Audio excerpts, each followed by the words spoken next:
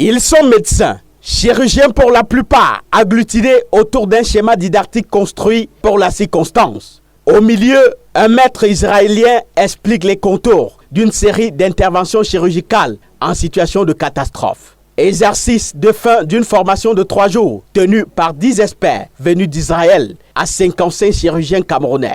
L'initiative est encouragée par les gouvernements français et allemands, ici représentés par leurs diplomates. Lieu choisi pour la formation, hôpital central de Yaoundé. L'hôpital central a accueilli un certain nombre de situations d'urgence, en commençant dans le passé par la catastrophe d'Ensam, jusqu'à tout récemment la catastrophe des ECA, sans compter les hécatombes que nous avons sur nos routes, dans nos routes, et les accidents de la ville, les mototaxis, etc.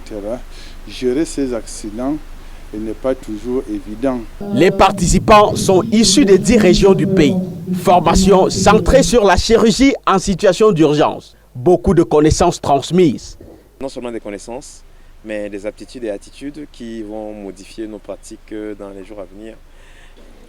Nous avions beaucoup appris, puisque ce n'est pas dans nos habitudes. Déjà, les catastrophes, ce n'est pas tout le temps chez nous, mais il est important d'avoir une idée de comment les gérer.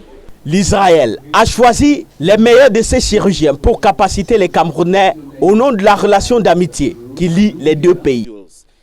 Oui, cette formation est particulièrement importante aujourd'hui du fait des crises qui secouent le Cameroun et donc des blessés qui ont besoin de traitement dans le domaine de la chirurgie d'urgence, mais aussi bien sûr pour les accidents que nous voyons tous les jours, les accidents de la route, de moto, etc., où l'expertise que ces chirurgiens peuvent amener ici est pertinente.